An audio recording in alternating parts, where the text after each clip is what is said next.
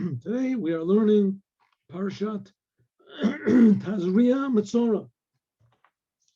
The double Parsha this week. Oh, very good. Shalom. I see I'm still hoarse. Can't understand it. Okay. Parshat Tazria Metzora. It's a double Torah portion this week. This week we're learning a double Torah portion. Tazria Metzora. We talked about that in the morning in the Hasidic class. Tazria Metzora. And there are, first of all, in this week's Torah portion, there are commandments, and none of the commandments in both of these Torah portions are relevant to these days. There are altogether 18 commandments. 18, we'll have a look at it. 18 commandments. In Parshat Tazria, there's 6 positive commandments, 6 things you should do. And Metzora, there's 11. And in Tazria, there's also 1 negative commandment. But all of them are commandments which deal with Tuma and Tahara, impurity, which don't really relate to nowadays. We'll see. Even though the commandment of circumcision is here, but the commandment of circumcision was given to Abraham. And so, at least in this book, Mitzvot Hashem, well, I'll show you in a moment, it counts the time when God gave the commandment to Abraham as our commandment, even though that's not really, we don't do it because of that. We do it because of this commandment here. But it doesn't list it as the commandment from here. In other words, the commandment of circumcision is mentioned twice in the Torah. Once it was given to Abraham, and the second time it's mentioned here.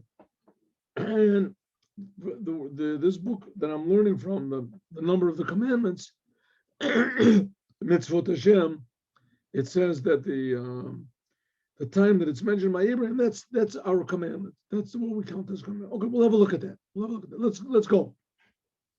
And then we're going to have a look at the commandments also to see what the commandments are and what I'm talking about. Good? Yes. Vayedaber Hashem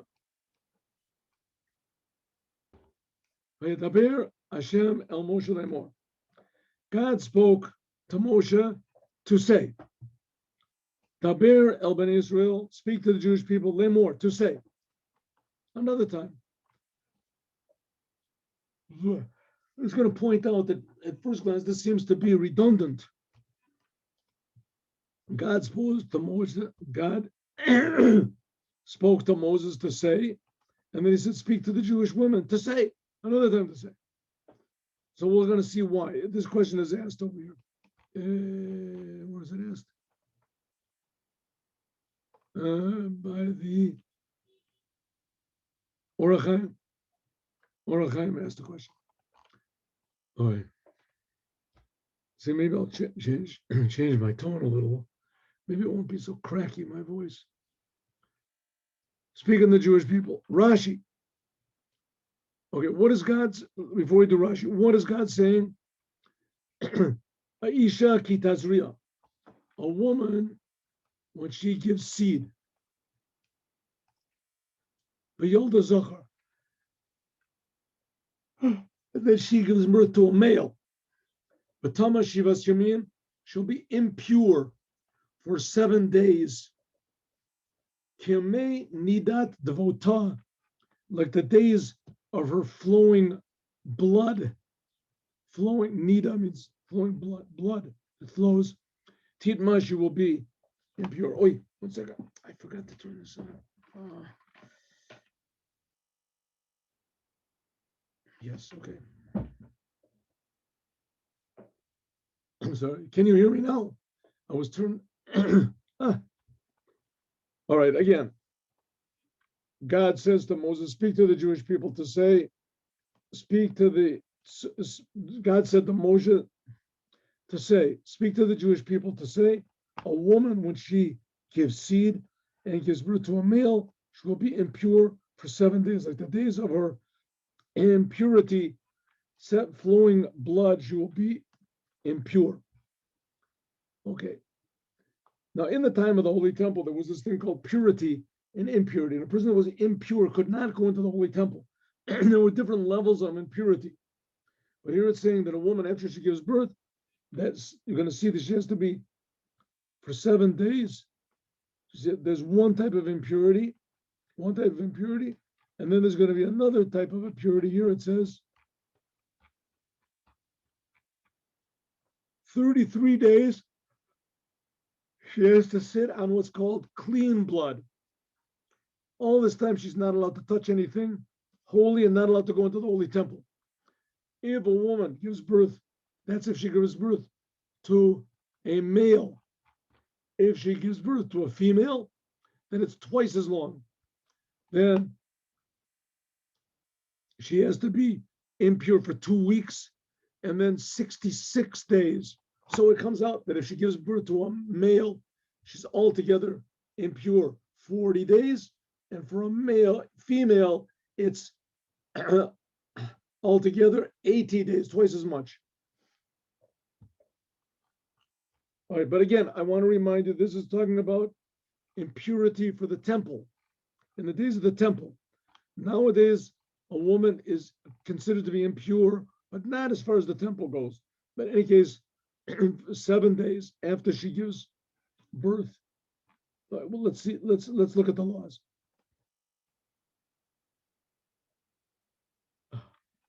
Excuse me. I'm sorry. Nowadays, if a woman gives birth, there's no laws of impurity anymore. Only when the third temple is built, then there will be. But it's a big doubt if there's going to be such a thing as impurity then. So what exactly these laws are going to be used for, and we'll see then when Mashiach builds the third temple. Here we go. A woman, when she gives seed, Rav Simlai said, Rav Simlai, just like the creation of man comes after all the animals, right? When was man created? Very last thing, on the 6th day. The last thing on the 6th day. When were the animals created? Well, some were created on the 6th day. The birds and the fish were created earlier. It says the birds and the fish were created before man. Kach Torah, also the laws of man are after the animals. When were the laws of the animals mentioned? Remember last week we talked about the animals that are pure, the animals that aren't pure, that you can't eat a cat, a pig, all these animals that don't have both split hooves and chew their cud, that those animals are impure, you can't eat them. So they talked about all the impure animals, the impure fish, the impure birds, and the ones that are pure. They can be not pure, that are permissible to eat. So it finished the laws of the animals, and now it talks about the laws of people. It says just like people were created, man was created after the animals, also the laws of man are after those of the animals. Ki says Ria. What does it mean, Kazria? This includes that a woman, that even if she gives birth to a not living child, a child that comes out like what is it, with no form, zera, it comes out and it looks like some sort of a seed and there was no form. Nevertheless, because his mother gave birth to this, she's also impure. She's also impure for 7 days.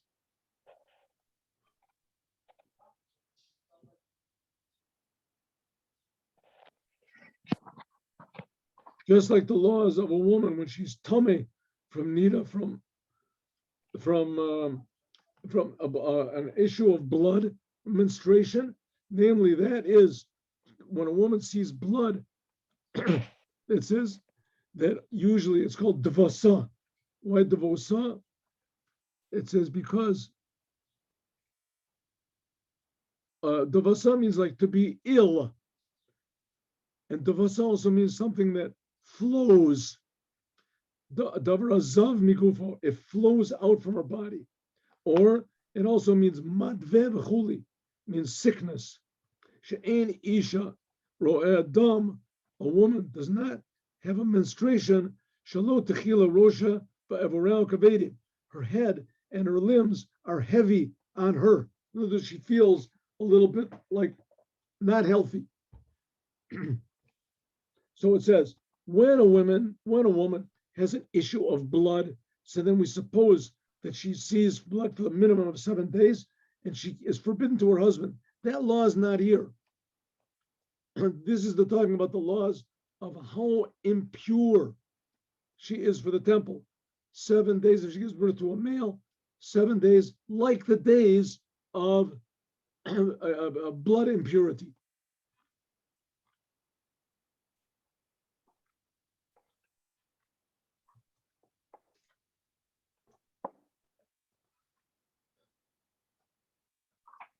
A woman, when she gives seed, excuse me, I just want to go and get something to drink. Just one moment, all right? I'm sorry, I don't understand why this is not working. Here we go, ready?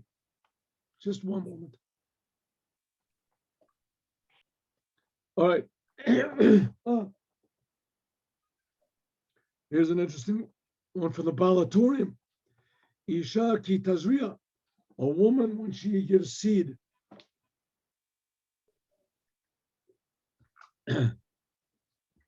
This immediately comes after what it says in the end of last week's Torah portion. What did it say in last week's Torah portion? Let's see, maybe we can go to it. No, we can't. Here, I'll show you what it says in last week's Torah portion. Ready? Here we go. Here.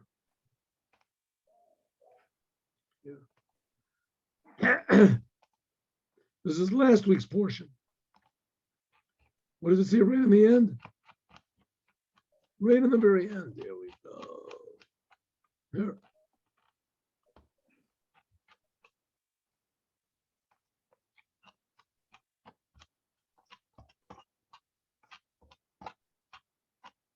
Here.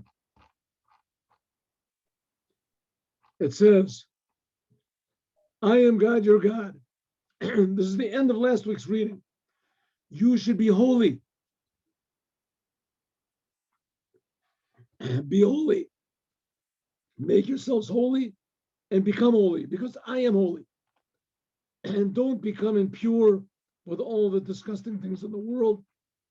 And again, I am God that took you out of Egypt to be for you for a God, and you should be holy because I am holy.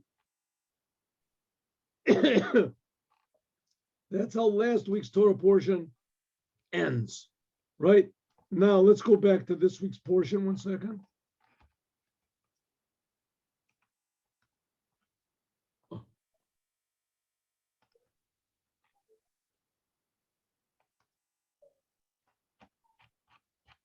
Says the Baal HaTurim,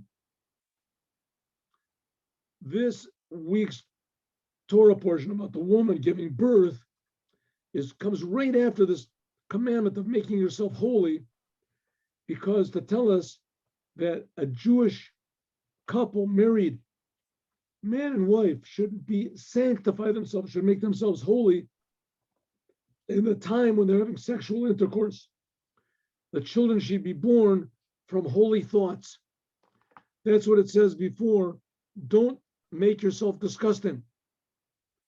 V'dorshino, meaning we can learn from this that you should not. Another also learns that a person should not delay going to the bathroom. If a person has to eliminate the waste from his body, also a person should make himself holy also in that. In other words, a person should not have unholy thoughts in his mind, and even physically in his body should not be defiled. So that's why it's important that this comes right after the animals. In other words, you shouldn't be animalistic and anything you do, you have to be holy. That's what we learned from last week's Torah portion.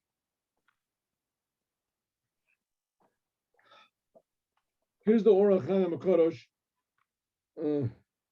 Very interesting. Listen to this. Why does it say twice? Lay more, lay more. Remember we said about this? Speak to the Jewish people, lay more. Then it says again, speak to the Jewish people, lay more. Say it again. Right? Why again? First of all, God spoke to Moshe, told him to say, and then he said, speak to the Jewish people to say. So why does that to say two times, to say, to say? It should just say, speak. God said to Moshe, say, Isha, a woman, when she gives seed, right? All this is either this is extra or this is extra. In any case, it's repeating itself twice. It's repeating itself. Sorry. Okay. Why? Maybe we can say because this commandment, the main commandment is on the women. Therefore, it says to the women that they should have to be careful. Right? It's an extra commandment. A woman, when she gives, so therefore it's giving a commandment once to the men, but again, it's repeating it over because this is not just in general to the men, it's specifically to the woman. And therefore, it repeats it twice. Another we can say, because it says in the Sifra, Dabel B'nai Yisrael. This is a special commandment, this idea of purity, impurity, after giving birth, and also sanctifying yourself before thinking only holy thoughts, etc. This is only for the Jewish people. And Agoyim Be'inyan Zeh. Non-Jews are not commanded in this. If they want to, it's a very good thing. But not. Therefore, it says, lay more. What's lay more? The word amir also means to be raised up, elevated. This was given to the Jews and not to the non-Jews because the Jews are elevating the glory of Hashem. And Hashem is elevating also the glory of the Jews. In other words, Jewish people, even when they give birth to children, which is a natural thing, animals also have sexual relationships, they give birth to children. A person also the same thing. It's a good feeling. It says, even in these natural things, eating, whatever, a person also, a Jew, has to sanctify himself, which is not the, etc. from non-Jews. Okay.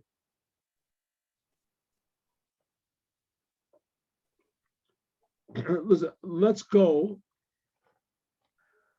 I want to go through the commandments, a little bit of the commandments. The Kli Yakar here is very beautiful. And I would really like to do it, but we're going to have to leave this till tomorrow because I want to go over the commandments and show what the commandments are. Nevertheless, here's the first sentence. The first sentence says,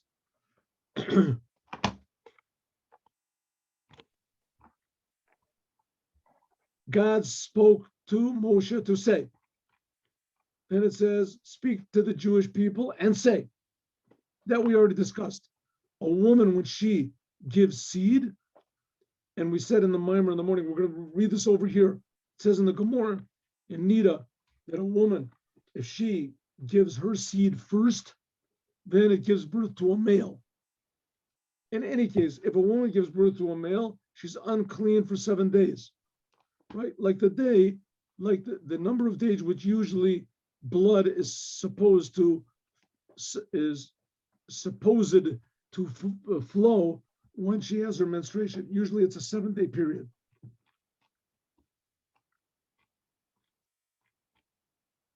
Then after that, the next sentence, it says, and on the 8th day, you should circumcise his flesh. From here, we learn that you have to make a circumcision on the 8th day. Let's just do a little bit of the Orach Chaim here. We have to understand, why is it necessary to repeat this commandment? The commandment already says in Parshas Lech Lecha, when God gave this commandment to Abraham, when God gave the commandment to Abraham, he already gave him all the details. Maybe the reason is you're telling that here it says you're supposed to circumcise in the daytime and not in the nighttime. In the daytime. Also to let us know that you should make a circumcision even on Shabbat. Like the rabbis say later on, Bayom afilu b'Shabbat. That's how they make a special learning. Bayom in the daytime means any daytime, no matter what it is. If the child is born on a Shabbat, then 8 days later will come Shabbat. You're supposed to circumcise the child then. Okay, but why didn't we could say these laws also by Abraham? You could tell Abraham also by Abraham. It should say the same thing: circumcise in the daytime, and you can even circumcise on Shabbat. Or Chaim says, Shabbat already existed. God said He created the world in 6 days, and on the 7th day He rested. So it was a known thing that God is going to give this Shabbat to the Jewish people. True, we only gave it to them at Mount Sinai, but the Jewish people were aware. They were aware. Informally, they were aware of Shabbat. It says that even when they were in Egypt, they didn't work on Shabbat. They knew already of the Shabbat. Shabbat is a holy day. In other words, something different happens on Shabbat than the rest of the days. And the Jewish people were aware of this. So why didn't God just tell Abraham that on the Shabbat, don't make a circumcision, that you can circumcise on Shabbat also. No matter when the 8th day falls out, even if it's on Shabbat, Yom Kippur, doesn't make any difference. You make the circumcision on that day. Say it to Abraham, then you don't have to repeat it here. Why repeat it here?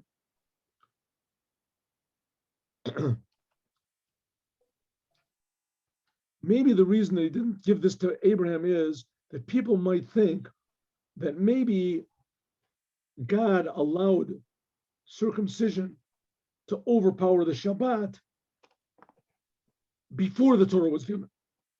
Only by Abraham, Isaac, and Jacob, because the Torah was not given yet. And also, when the Torah was given, one of the 10 commandments, you have to keep Shabbat. Now, incidentally, Shabbat is not a commandment for the non-Jews. Shabbat is only a commandment for the Jews. And in fact, it says that a non-Jew that decides to keep even a regular day on the week, that he's going to keep the Shabbat, there's different opinions on that the punishment is very severe. Even though I don't think anybody's ever gotten punished, but just to let you know that God is not pleased with it. God does not want the Gentiles to keep any form of Shabbat. Shabbat is only for the Jews. So you might think that before the Torah was given, so the Shabbat wasn't so severe, therefore the circumcision, it overrode. If circumcision fell on Shabbat, you circumcise them on Shabbat because Shabbat's not so important anyway. But when the Torah, that's before the Torah was given. After the Torah was given, about the Jewish people that were commanded directly from God, and it says in the 10 Commandments, and also later on, many times it talks about Shabbat. It says anyone who defiles the Shabbat will surely die. So you might think that nowadays circumcision does not push away the Shabbat, which is not so.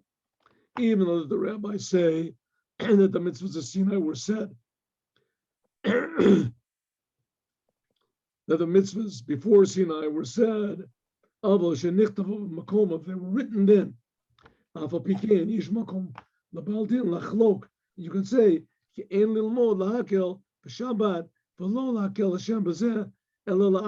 nevertheless, you can say that even though the commandments that were given on Mount Sinai were the same ones that were given to the forefathers, just on Sinai, he wrote them down. But nevertheless, you can say, good, but writing them down also makes them more severe.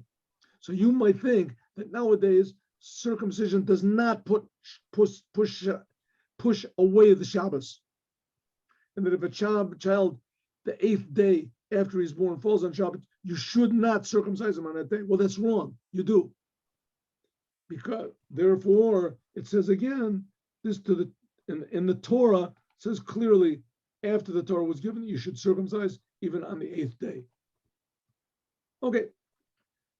So we've learned a little bit when the woman gives birth, and it's 7 days she's impure, and then it says, and on the 8th day, that's impure. She can't go into the temple, and on the 8th day, you circumcise. If it's a son, then you circumcise him. We're going to learn later on, like I pointed out, that also she has to sit another 33 days, which are called clean days. Nevertheless, she's impure. 33 days. That's for a male. And for a female, she has to sit 14 days of impurity and an additional 66 days, which comes out to be 80 days altogether that she can't go into the holy temple. Now I'd like to show you a list, and we'll go through it very quickly, of the commandments which are found in these two portions of Tazria and Mitzorah. Ready? Here we go. Tazria. This comes from this book of Mitzvot Hashem. Remember I showed you? Want to see it again? Mitzvot Hashem. You saw it before, but I'll show it to you again. Just for. Can I do it? It's a little bit too hard. All right, you have to take my word for it. The book is called Mitzvot Hashem. Here, Mitzvot Hashem. Oh, here it is. Here it is. 61.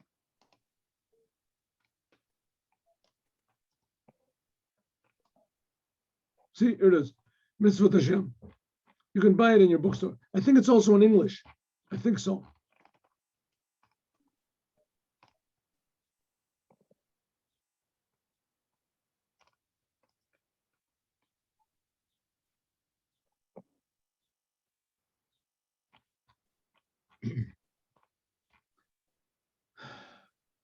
Okay, let's go through some of the commandments in Parshas Tazria.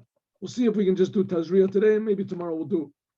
Here are 6 positive commandments and 1 negative commandment, 1 prohibition. Commandment number 1, positive commandment. A woman who gives birth will be impure. And if she touches anything, it makes that impure. Like it says,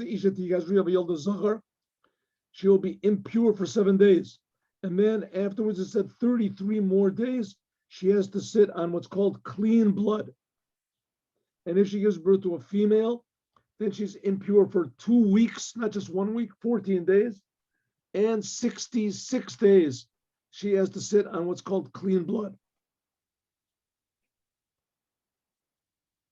So this applies to whether she gives birth to a living child or a non-child, etc. She is impure. This relates, again, only in the time of the temple. Another commandment, a negative commandment, not to eat defiled, impure, kodshim.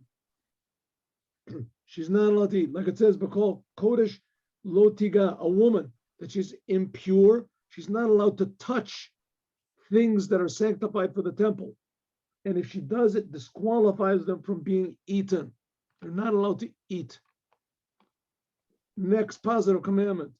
A woman, after she gives birth, when she finishes all these days of, 40 days for a male, 80 days for a female, then she brings a sacrifice. Like it says, when she finishes the days, then she has to bring a sheep for an olah or a bird, etc. Again, obviously, this is only for the temple. Of course, you're going to ask a question: if it's for the temple, so what are we reading about? What do we care? So the answer is that even when it was only for the temple, right? If it was for the temple, the main thing was not that you brought it to the temple. The main thing is that you're doing the will of God. If God says that you should chop wood or something like that, then we chop wood. This is the will of the creator of the universe. It doesn't make any difference whether we're using it right now or not. When the third temple is built, then these commandments will be back in order. In the beginning, there will be such a thing as Tuma and Tahora. In the beginning of the days of the Mashiach, like we talked about so many times, the Mashiach is going to be a person, and he's going to bring all the Jews to do tshuva, to do Torah and commandments, and the world will change gradually. I don't know how gradually, but it'll change gradually. Maybe there'll be 1 minute of, it says until the raising of the dead, it's supposed to be 40 years. There's different opinions. We'll see what happens when it happens. But nevertheless, when the third temple comes, these will be practical. But even now, it's also practical to learn about them. You're learning what the will of God is.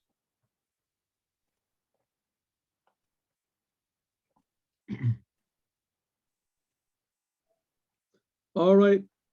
Now here we have Tazria. Now Tazria also talks about a little bit about the laws of a Matzora. Matzora means leprosy. That doesn't mean leprosy. It doesn't mean leprosy really at all. But the reason they just call it leprosy is because there's no other word for it. It was a biblical skin disease. It was a biblical impurity that appeared on the skin. And also it appeared on houses and on clothes also. And now these are going to start to get very, very complicated and beautiful laws. Let's see the previous law one moment.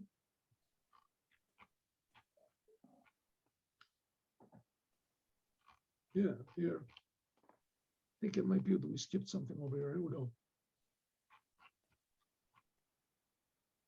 We did. We skipped. It's a positive commandment that a Matzora, a person that sees on his body the signs of impurity, and the signs are very complicated. That's why there's this whole long paragraph explaining this. The laws of a Matzora. A Matzora is a person that has this biblical, I want to call it leprosy, impurity. And he is impure and he makes other things pure. Like it says, a person, whenever he has in his flesh, Seit o sapachat o baheret. What does it mean? It means that there's a discoloration, a whitening. The skin becomes white. And there are 4 different types of white. Seit o sapachat o baheret, it says. That's only 3, right? So we'll see. There's Seit and Be'eret and Sapachat here. Let's see. Is an in-between color of both the Seit and the Sapachat. Let's see, of Seit and Be'eret here. It says 1 of 4 colors. The one, Loven, which is very, very white. That's like the snow. That's called Beheret.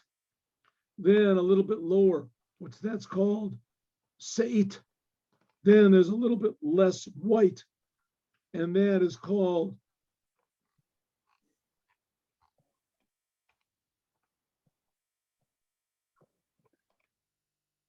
this comes from Beheret.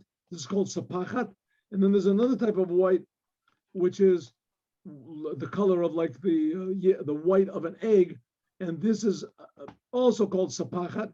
But it's a thing. Okay, we're going to talk about this, God willing, tomorrow. Let's just go a little bit further and talk about a little bit these different types of Matzora. Once a person has this Matzora, now this is what's, and if there's hairs that appear in it, sometimes it can be impure. So you're not allowed to cut these hairs out of a nesek. You're not allowed to cut them. A Matzora has to be separated from all of the people, and he tears his clothes, and he does not cut his hair, and he has to cover over himself like there used to be people used to cover their heads over when they were in mourning, and he has to crawl out and yell "Tame, Tame," so the people will keep away from him. He's ostracized from everybody until he is purified. How he becomes purified, that's also a big process, which that's mentioned in next week's Torah portion. Now we're just talking about the Torah portion of this week. I'm sorry. We're talking about the first half of this week's Torah portion, Tazria. The second half of this week's Torah portion is called Matzora. The first part, Tazria, talks about these laws of the woman giving birth, but it also begins to talk about these laws of this so-called leprosy, Tzorat. That's the first. Then, because this week we read 2 Torah portions, right? The second Torah portion that we read is talking about how the Matzora gets cured. Cured. What are the processes that we do to declare him to be purified again, that he can go back into the temple, he can go back into the community. Except that he's ostracized. He can't be part of the community when he has Tzorat. Okay, sometimes there's also this Tzorat, this leprosy can appear also on garments that makes them impure. like it says, beged ki is beged, a beged, a garment, when it has this plague of tzorat.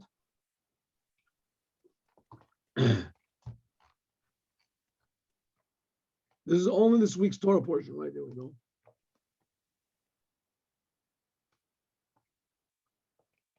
Right. The next week's Torah portion is going to talk about how the Torah becomes purified. One second, this should be, and then it talks about also house, when a house becomes impure. This, will God willing, we'll learn all of this and much more tomorrow. So be with us. 8:15, we learn Chassidut. 9 o'clock, there's this class in the Sichos of the Rebbe.